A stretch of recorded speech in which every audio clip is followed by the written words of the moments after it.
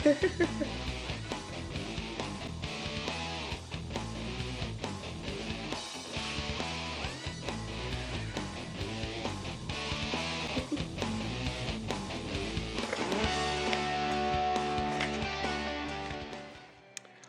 there, good evening, folks. Ron Motta, chairing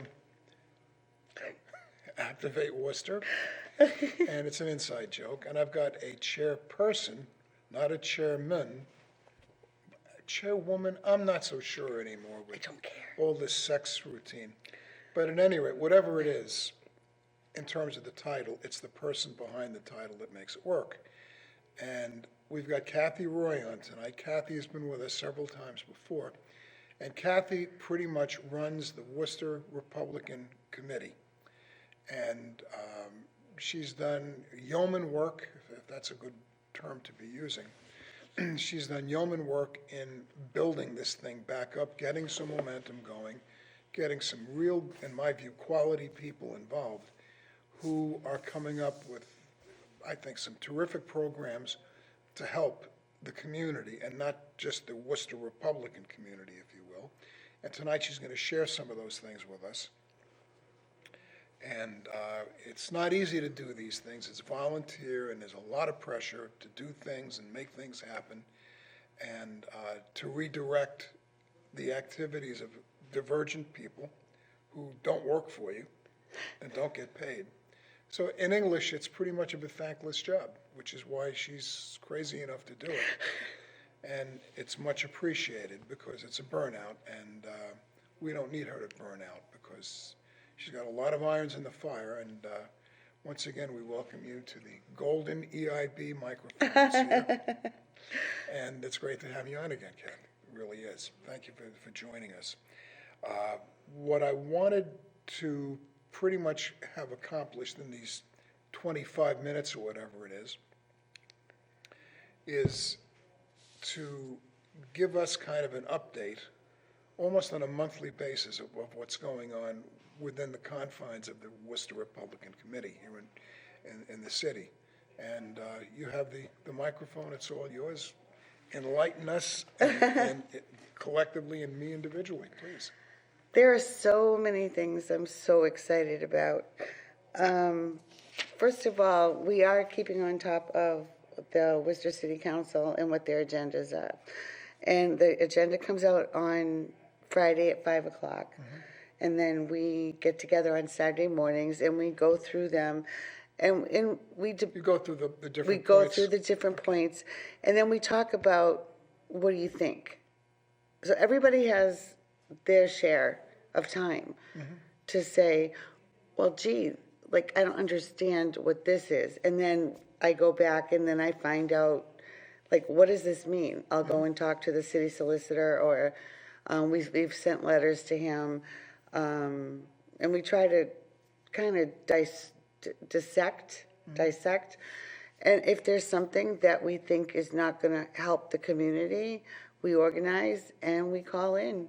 We call in and we write letters. Do you do the same thing if you like some things that are on there? There are times we have. Good. So basically what you're doing, as I understand this, you have a meeting on Saturday morning to review what's been posted by the city on Friday evening by 5 o'clock. Everybody kind of kicks it around and things that need to be embellished or corrected or whatever.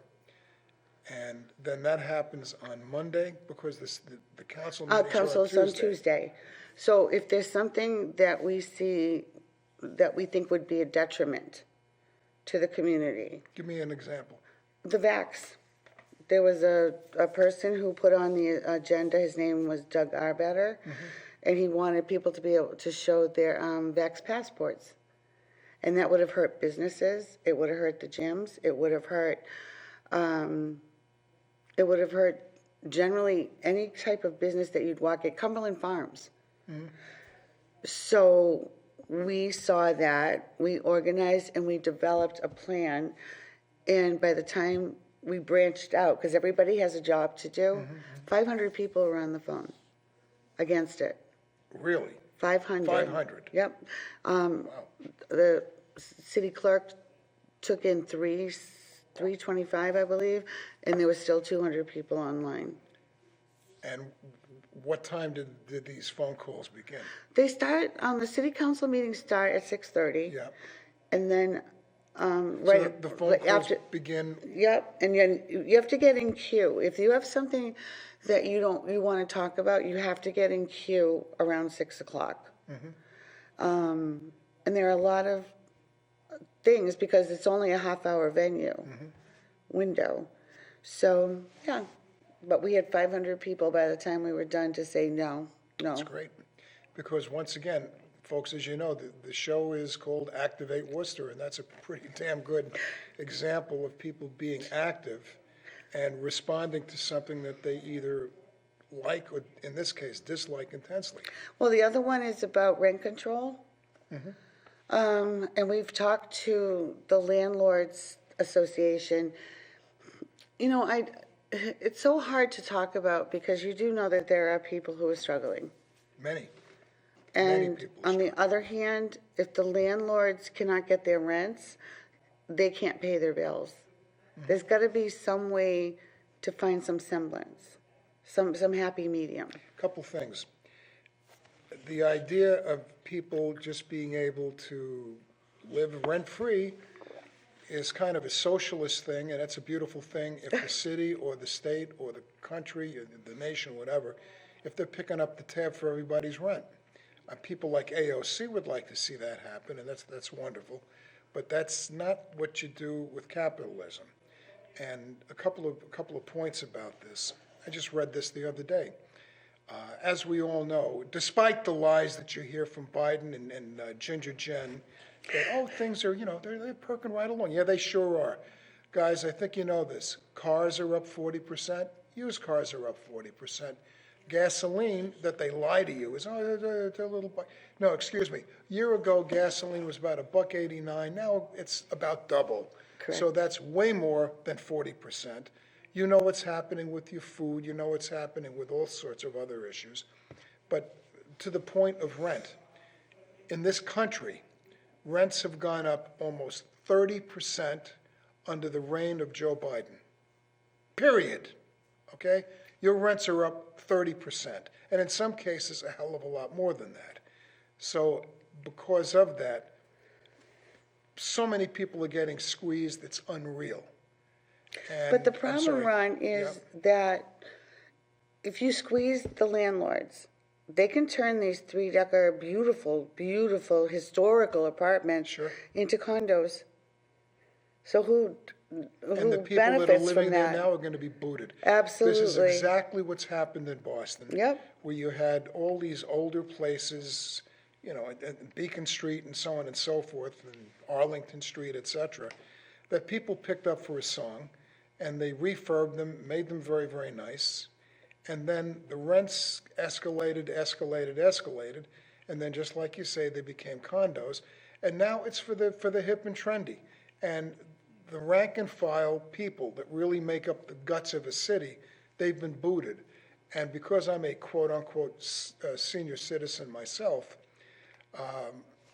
and I'm involved with the senior center, I know the kind of pressure that people are in or under at the senior center, even if they own their homes, just making another $1,000 out of somewhere that they have to pay for their real estate taxes. Couple that with much more for insurance, much more for food. What do? Do they sell? Where do they go? Well, we talked about not mentioning the State of the Union earlier, you and I, but Biden's statement that lower the goods so people can afford them made absolutely no sense. But there's so much... Because everybody's demanding $15 an hour or a livable wage, and that's awesome. It would be awesome in a utopian world. But if you lower the cost, they don't have the money for their overhead. How are they supposed to pay their workers? Having knowledge of capitalism doesn't seem to be a hallmark of the quote-unquote current administration. And with that, I'll say it's not just the national administration, it's even state by state. Some of the things these people come out with are just, insane. They don't make sense. And it all goes back to the basic war that we have. The war is capitalism versus communism. That's the whole shebang right But don't there. you find it funny that there are people that want communism? Well, And we see it here in our own city. because they don't understand what it really means. And when you have, it's an old theorem, when you have more than 50% of the population in the wagon being pulled, rather than 50% or more pulling the wagon, it's a matter of time before the wheels fall off and the whole thing implodes. Look at Venezuela, look at so many countries that have gone through the same thing. And the thing we have to watch out for, and I fall into my own trap here, the parameter that I wanted to accomplish tonight is not get involved with national No, I know, we or, talked, yeah, I know. statewide issues. We have to stay focused, because that's what your focus is. The truckers' convoy, let's talk about that for a I did not get there today, but they left at 12:30 this afternoon from the Auburn Mall. And Adams Square Baptist Church, I believe, Yep. they collected a lot of donations. So they were there. They're on their way to Washington. And what's the objective? Well, there's a lot of objectives. Number one, it's give power back to the people, like with the mask mandates, the vax passports. They're also fighting for parents to have more of a say in the schools. They're fighting for, well, because they're the ones who deliver our food, and the shelves are empty, Yep, many of them are. That's very true. you know, and they're So in other fighting. words, it's a lot more than just being- whether or not I yeah. got to get the Fauci ouchie, as I've heard it described, if you will. Fauci, ouchie? The Fauci ouchie, absolutely. My personal god is Fauci, right, good luck. Another Brooklyn guy, along with so many of the others that are destroying this country. But anyway, back. He went to back- Holy Cross. Yes, I know he did, but he came out of Brooklyn and he delivered pharmaceuticals at his family's business. That was his lone interface with commerce, if you will. That's it. That's Doc Fauci. But so in other words, the truckers' approach is multifaceted and it means a lot of different things. Now, one of the things I know I've heard you rail against is what's going on in the schools and so forth. What is the committee doing relative to the CRT? Well, that we have certain people who have FOIA'd the school committee and the city to find out exactly what is being taught. Black Lives Matter. There's no getting around that. Everybody's, but what they're teaching is hate. They're teaching white kids that they're oppressors and black kids that they're oppressed, and it's so hurtful because, I don't know, kids are kids, people are people. When I was little, I went to Elm Park Community School, which was an experiment. This was in the 70s. And I had 3 of my best friends were black girls. And I have to be honest, at 8 years old, 9 years old, I never thought of them as being black. They were my They were friends. just kids. And I'd invite them to my house because everybody lived in the neighborhood. And we'd play Barbies and never thought twice about it. They stayed for dinner sometimes. My mother and father were, gracious. And I just don't, it just really so bothers me and it hurts me to think that we're drawing attention. Does that make sense? Does it make sense? Racism. Does racism make sense? One of my favorite movies and plays, if you will, was South Pacific. Okay, and I'm sure many of you, at least my age, the songs, fabulous, and so on and so forth. But one of the most poignant ones was that children need to be carefully taught. And if you don't know what I'm talking about, YouTube it, whatever you have to do to listen to the lyrics of it. The genesis of it is that the hero is this Emile de Bec, who's a French planter in the South Pacific, in this island, and he marries a native girl, okay? And they end up having kids that are quote-unquote half white and half Eurasian. And there's a lot of negative interplay because of that. And Nellie Forbush, who becomes his girlfriend, and blah, blah, blah, who is a white Southerner. And for some reason, they always use the white Southerners as the cudgels for racism.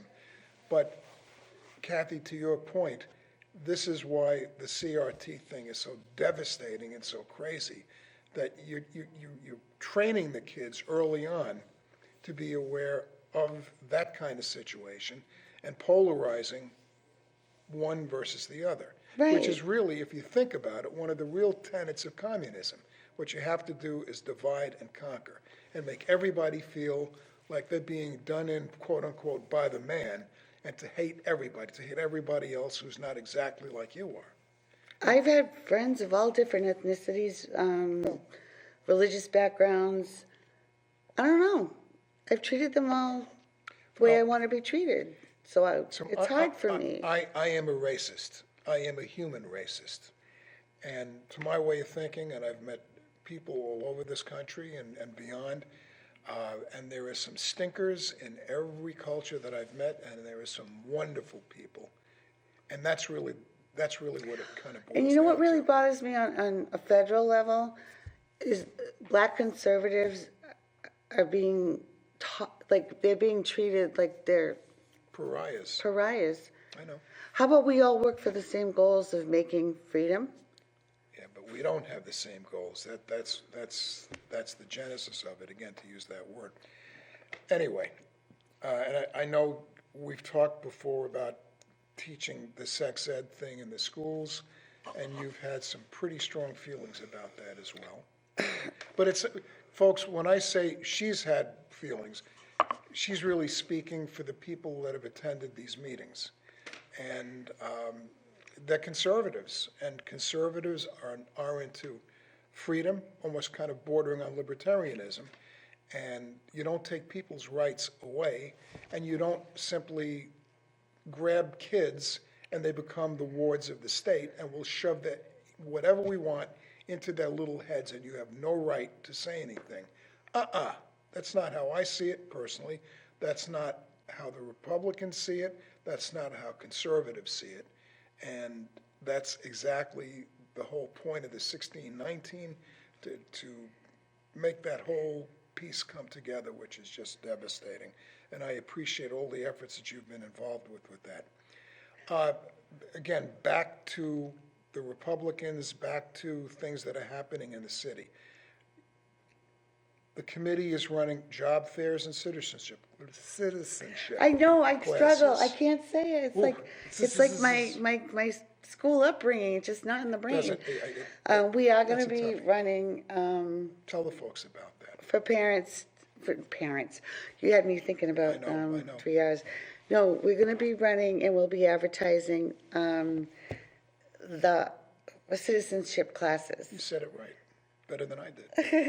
Naturalization That's classes. even better. So we are going to be doing that. We have an instructor. I'm really excited. We'll be paying for the books. We'll be paying for the courses, and we'll be advertising that. When will it begin? Hopefully, we'll be beginning by April, and we can get it into the T&G.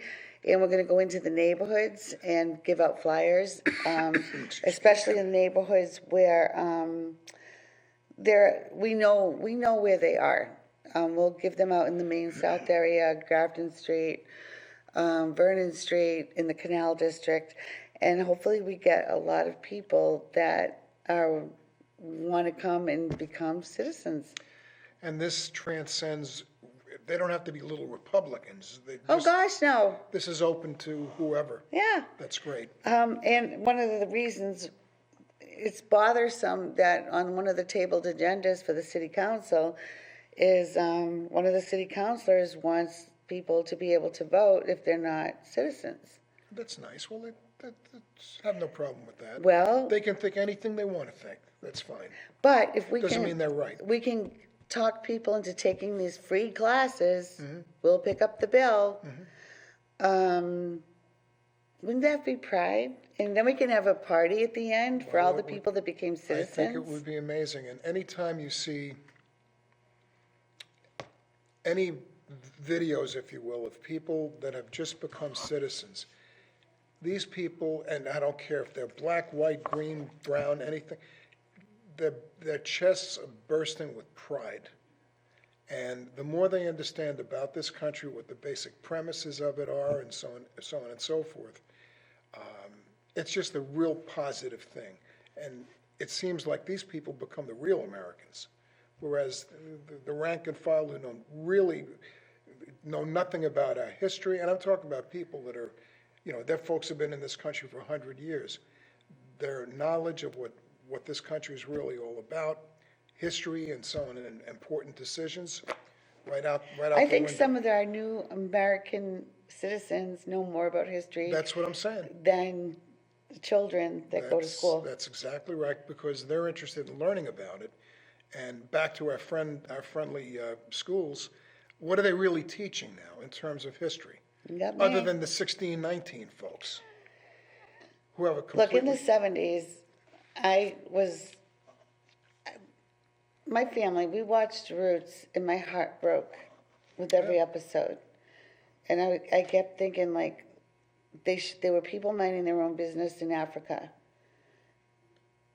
And, it breaks my heart. Kunta Kinte. Kunta Kinte. Absolutely. But remember that in the 70s? That was every family. That's 50 white, years ago, and black. we still remember it like it was yesterday. It's truth. We're not talking about But 50. forget the numbers. What it really does is show the kind of impact that... And these people were strong and Oh, resilient. indeed. And it's just a shame that we're kind of sort of back there because of certain politicians that want us to be. Yep. Does that make sense? Like there's politicians that, okay, are, oh my gosh. It's very emotional for me because it is. I've just known so many people throughout my life that, why can't we just talk about them being people? With a heart and a soul? Because it's easier to divide people if I don't they're like that. isolated. And that's exactly the game that's played. We just completed Black History Month, and I don't know the real connection between BLM and Black History Month, but if you read any of the material that's out there about so many people that have done so well in this country, to me that's what Black history is really all about. Tell people that you share this, share the greatness, share the opportunities people have, rather than kind of fostering a negative attitude, which is a big part of it. You know why? Because when people are pissed, it's easy to control them. Let That's me what it ask you a boils down to, question. sure. Which party, Democrat or Republican, started the ghettos in New York?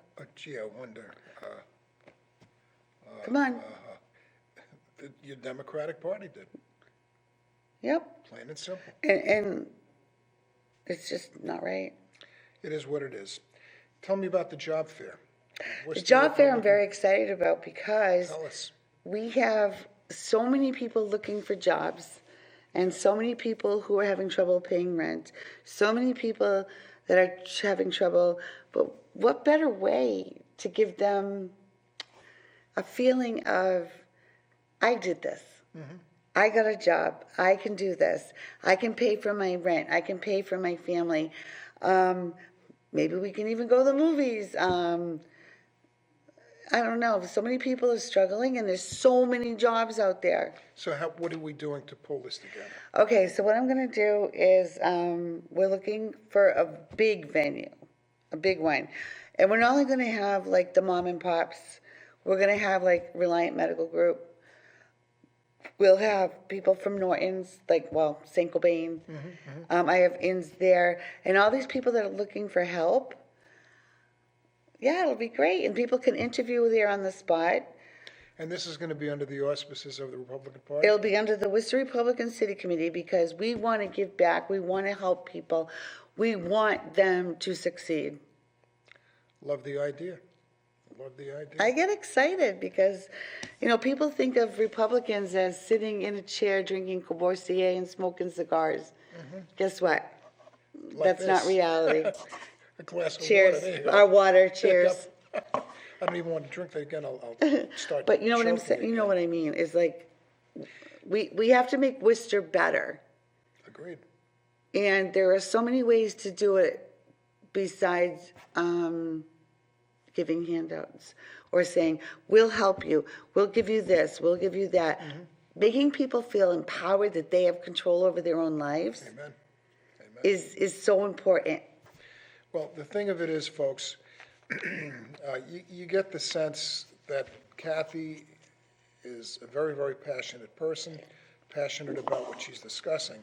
But the thing of it is, that passion is kind of part and parcel of what that committee is all about.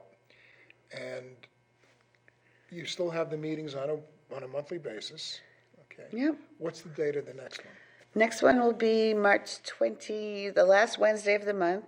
Okay. I spoke with a woman, we'll be having it at the White Eagle Club, What time? 6:30 p.m. And I'm really proud of this. We went from maybe 20 people showing up at our meetings to now we increased our membership by over 50%. So I'm very, very happy that more people are calling me. I got 3 phone calls today saying, how do I join? That's great.